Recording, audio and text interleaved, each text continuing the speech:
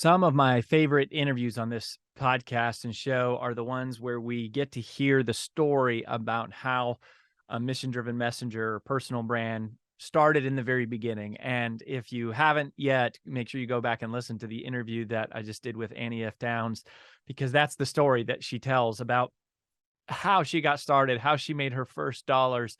And it's just so inspiring, and actually inspired me. And so I'm going to share with you some of my thoughts and highlights from the show, from that interview, and then also just kind of like some of the things I want to add to it and share with you.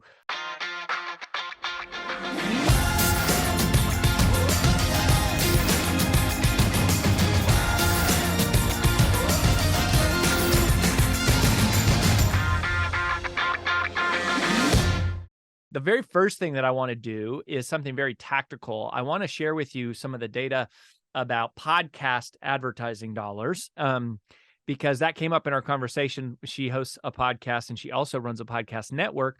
And so we were talking about monetizing a podcast. And so I asked her in the interview, how much do you charge for the ads, and how much can you really make as a podcaster, and when do you start making money, et cetera. And she openly admitted, she's like, I don't really know all of those specifics, off the top of my head, but she threw out some numbers, and then we actually at Brand Builders Group, we have a course called Podcast Power, and this is where we teach people we have 14 courses in our full curriculum, right? So our members who are paying members of our membership community, they get access to 14 courses, and one of them is Podcast Power, and we have a whole section in there on advertising dollars. And so I didn't know the numbers off the top of my head, but I went ahead and went into the course, grabbed that specific section, and I wanted to share a couple of those with you, just since it came up in the interview. And it admittedly, making money from podcast ads is a little bit of like a gray box, because it's not like I guess it's a free market system, right? Like so many things, there's not a hard and fast rule of how it has to be. It's driven by supply and demand, and it's driven by like what your show is about, and how much advertisers want you, and they want access to your audience, and how convicted they are that your audience is the right fit for them, et cetera, et cetera. So that's part of what it comes down to. But I did want to just share with you, these are the numbers that we share with our paying clients, right? So and if you are one of our members, you can go into Podcast Power in our workbook. It's on page 42 of that workbook's 137 pages, which, obviously we've got lots and lots of content we're teaching y'all. But so the number that we were using in that conversation with Annie was, if you have a podcast that gets about 10,000 downloads per episode. And I loved what she said, and I would edify what she said, that basically the first week will be a number. So let's say like 5,000. Whatever the number of downloads you get that first week will probably double over the next 9 weeks. So if you get 5,000 on the first week, then you probably will get another 5,000 over the next 9 weeks. And we see that to be, about right too, just like, using rough numbers. So we'll use 10,000 downloads per episode. Right. So if you're doing an episode every week, that means you're getting around like 40,000 downloads a month. So that's that might take a couple of years to get to, give or take some, depending on what your topic is and your, who you are, et cetera, and your network. But for a 15-second ad, and this is what we did, is we sort of pulled together data from our clients, and we work with, some of the biggest podcasters in the world are clients of ours. And, we got hundreds of members. So we see this, but it's, this isn't like scientific per se. This is our poll of our community to try to put some real numbers to something that's kind of an obscure conversation. That for a 15-second ad, that if you did 4 episodes a month, so we'll just stay there. We'll just say if you had 10,000 downloads an episode, and then you were doing 4 episodes a month, an advertiser might pay you around $720 a month, which would be, like for 4 episodes, like $180 per episode. And if you were doing 4 episodes a month and they wanted all 4, if they wanted a spot on all 4, then you might make $720 per 15-second ad per advertiser, right? So if it goes up to a 60, that's for a 15-second ad read. If you were looking for like a 60-second ad read, those come out to approximately like $25 each, like, for like a CPM, right? And so if you go, all right, if we're going to have 10,000 downloads per episode, then an advertiser might pay $250 an episode or $1,000 a month to be on all 4 of your episodes. So, Annie, off the top of her head, she said, yeah, if you have a podcast that's getting 10,000 downloads an episode, and you have an episode coming out every single week, then, I said, what would that podcast make in a year? And she was reluctant to answer, but she threw out a number that was, I think she said like maybe $40,000 a year is what that podcast would make. And, when I went and looked up our data and what we actually formally teach, so we're seeing around $1,000 a month for one 60-second ad read. So that would be $12,000 a year, but that's only for one 60-second ad read. So if you had 3 60-second ad reads in each episode, that would be $3,000 a month or $36,000 a year. So I actually think she was pretty close. I actually think that's about right.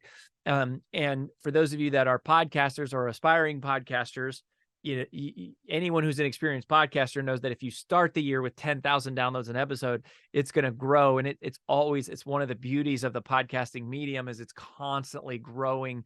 And it's just a snowball that builds and builds and builds. And it's a really, really beautiful and wonderful medium in that way. So, so that is, a good rule of thumb. If you get up to 100,000 downloads an episode, you multiply that by 10, now you're talking about making, $10,000 a month per advertiser, which would be like 400. If you had 4 of those on each episode, that'd be like $400,000 a month or $5 million a year. Like that would be pretty massive. So it may not scale quite up to that, but that's, you can make real money over it long term. But in the short term, if you're podcasting, you're not going to make much money from advertisers because you're not in front of that many people, right? They're paying CPM, which is cost per 1,000 impressions. So if you don't have thousands of downloads, then you're not getting many impressions, and they're not going to be paying you much for those, right? So that is a little bit of data there. And if you're an early podcaster, and even if you're an experienced podcaster, right? Like our podcast gets, well north of that number, but we don't have ads on our show other than our own ads. And so we offer just people our various free training, and we give them a chance to, learn from us or engage with us or request a free call at some point. That's what we really want you to do, right? We want you to go to freebrandcall.com/podcast and request a call to say, hey, we'd love to talk to you about what is your dream, what is your vision to build your personal brand and monetize it, and then talk to you about how we do that and how we help people all the way from the biggest personal brands in the world down to people who are just starting out. And we've got stuff for every different budget. So anyways, if that's you, let this be our ad read here in this, and go to freebrandcall.com/podcast and request a call with us. So I hope that is helpful for you. That was something I wanted to make sure and look up and give to you. The next thing that I was inspired by listening to that, re-listening to that interview, going over my notes with Annie, and was just, she said something and it was kind of like quick, but she said, get help before you can afford help. Get help before you can afford help. And this really reminded me of a concept that is in my second book, which is Procrastinate on Purpose, 5 Permissions to Multiply Your Time. And in that book, which is also based on which my viral TED Talk is based on, my TED Talk is called How to Multiply Time. We talk a lot about the concept of getting help in your life, like extra hands to help you with things and hiring people to do it. And what people always say is they say, I can't afford it. Like they say, Rory, I would love to hire someone to help clean my house, do my landscaping, edit my videos, write my copy, do my website, et cetera, et cetera. And they say, well, the problem is I can't afford it.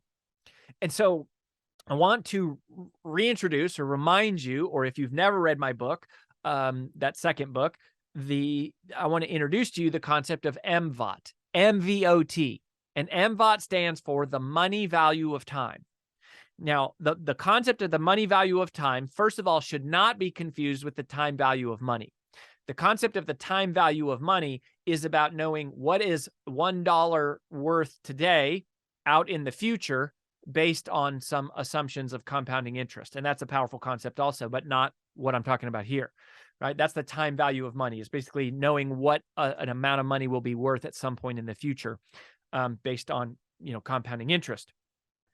MVOT, or money value of time, is just a it's a much simpler calculation. It's a much simpler thing to explain, which is just that all of us have an hourly rate of pay. All of us do. Now, you might not get paid hourly, right? You might be a salesperson on commission. You might be an owner who's on profits. You might be, an investor who gets dividends. Like, we get paid in different ways, but all of us can figure out what our hourly rate of pay is if you just take the total amount of money you earned, right? Whatever you earned in income, and you divide that by the total amount of hours that you've worked for a year. And to do it quickly, rough math here is to use the number 2,080 for the number of working hours in a year. So if you just approximately, you take 2,080, that's about what HR professionals use to estimate the number of working hours in a year. And if you take that amount and you divide that, take your total income and divide it by 2,080, it'll give you your hourly rate of pay. And what you'll find is, let's just say if somebody makes like $150,000 a year, okay, so if you made $150,000 a year divided by 2,080, then that means you make $72 an hour. Let's say if you make $75,000 a year and you divide that by 2,080, that means you make $36 an hour, right? For the time that you're working. So here's the thing, is people always say, I can't afford it. I can't afford to hire somebody else. But the key insight is to realize you already are affording it. You already are affording it. You are paying somebody to do that work. You're either paying someone else at their rate of pay, or you are paying yourself at yours. Because if you are using an hour of your time to complete any task, I don't care what the task is, if you are completing a task, then the opportunity cost of your time is equivalent to whatever your MVOT is to say, if instead of mowing the yard for an hour, if I took that hour and I used that hour and reinvested it into work and to income generating things, on average, that's the hourly rate of pay I make. So the way to think about it is to realize, if you make $75,000 a year, every hour that you're doing something you're paying $36 an hour to do that task. It's like a price of admission. You're saying, oh, I'm going to pay $36 and I'm hiring myself to do this.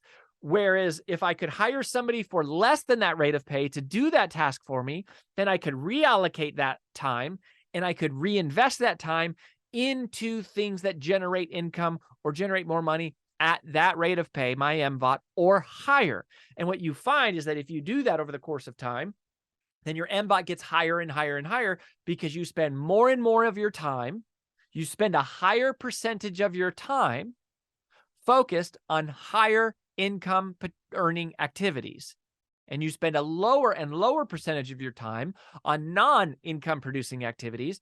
And then but that work still needs to be done. It just doesn't need to be done by you. And you're able to afford it by reallocating your time into higher profit activities. That is the concept of MVOT. That is in the delegate chapter, along with another powerful rule called the 30X rule in my second book, Procrastinate on Purpose, 5 Permissions to Multiply Your Time. But I bring it up here because this is the conversation that Annie was saying, is she was saying, I always buy help before I can afford help. And that is how it has been with me too. I've never felt like I have extra money around to hire the next person. We don't, but we know we need the help in order to grow. And so what happens is I'm always trying to minimize my lifestyle expenses, right? In order to create more that I can reinvest into hiring people to help us get things done.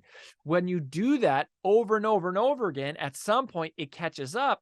And now you have people who are getting things done and making things happen. And now you start to make more money, and you're making money off of the system that you've built, right? Off of the network or the infrastructure or the organization or the company, because you've got a group of people who are all doing things, and you're paying them. That is what an entrepreneur, that's what it means to be an entrepreneur. You're giving life to jobs around you. You're a job creator. And Annie's story was that. She talked about how she couldn't even afford to pay her assistant. She could barely afford to pay her assistant. When she first was getting speaking gigs, most of the money was going to the person who was booking the gigs for her. And I'm not saying that I like it. I'm not saying that that's how it should be. I'm just saying that's how it is. And if you're serious about changing the world, if you're serious about being a mission-driven messenger, if you're serious about like wanting to do good work in the world, you're going to have to make sacrifices. And you're going to have to make short-term sacrifices in exchange for the long-term payoffs that come, which is money, it's influence, it's impact, it's income, it's purpose, it's peace. It's all the things that are these beautiful rewards that show up from doing it.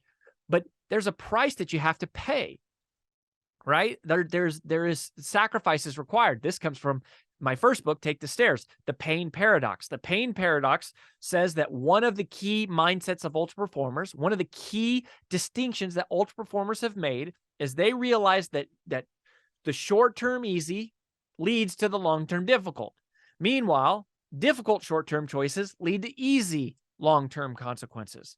And so you got to make that choice. And that pulls me right into, the third thing I wanted to share with you about what it takes to make it on this journey as a mission-driven messenger.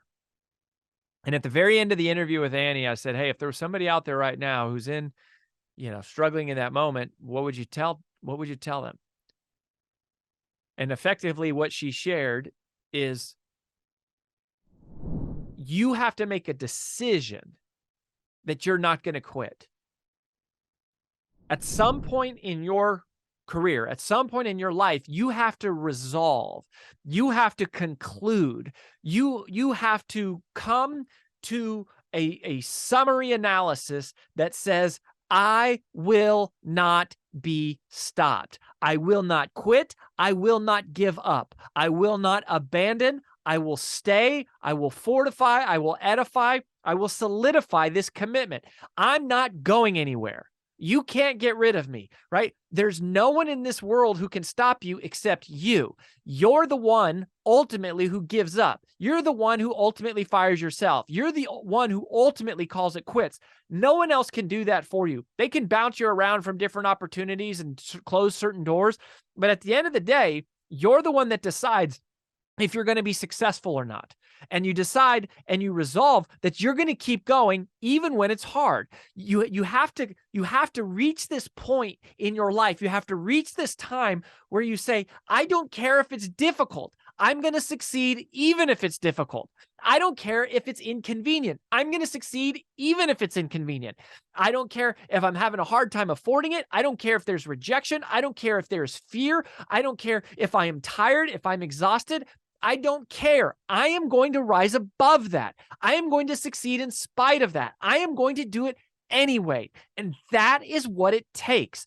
That is what it takes to be successful in this industry or any industry. It is that personal resolve, that discipline, that commitment, that vision, and that persistence to just say, I am going to rise above all that. If the world throws this and that and whatever at me, it doesn't matter. I will not be stopped. You can't stop me. I'm going to do everything in my power, and I'm going to find a way, or I'm going to die trying. Nobody is going to wave their wand over you and say, you deserve to be a messenger. You deserve to be an author. You deserve to be a speaker, right? If you're waiting for that, you're going to wait your whole life. Stop waiting for that and go get it and decide, The only person who waves that wand is you. And you wake up and you say, this is what I'm going to do with my life. I'm going to inspire people. I'm going to help people. I'm going to make a difference, and I will not be stopped.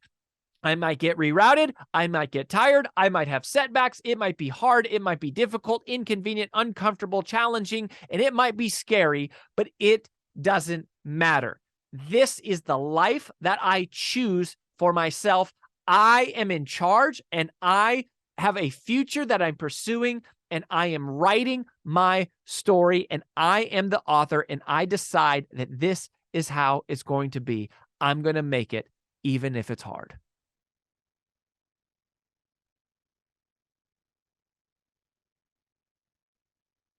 Nobody else can do that for you except you.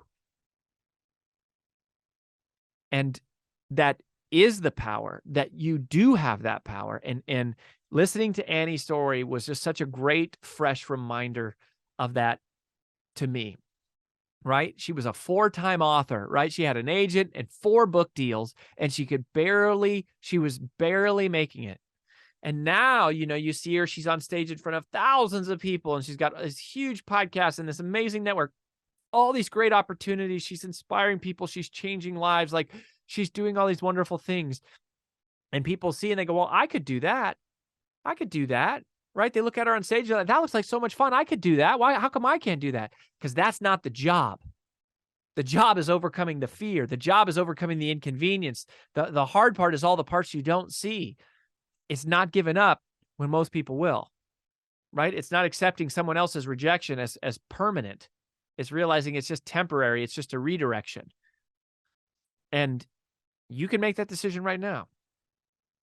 And if that's you and you're ready to make that decision, I would say the first thing you should do is you should come and join us, because we are among the very best in the world, if not the best in the world, at helping mission-driven messengers to reach more people and to make this dream come true. We know a lot about it. We've done it. We're doing it. We have several people doing it. We can help, but you got to make that decision that you're not going to be stopped. So I hope you do that. If you're ready to make that decision, go to freebrandcall.com/podcast, request a call with our team. If not, if you're not quite at that point, just keep tuning in and keep hanging out and keep learning.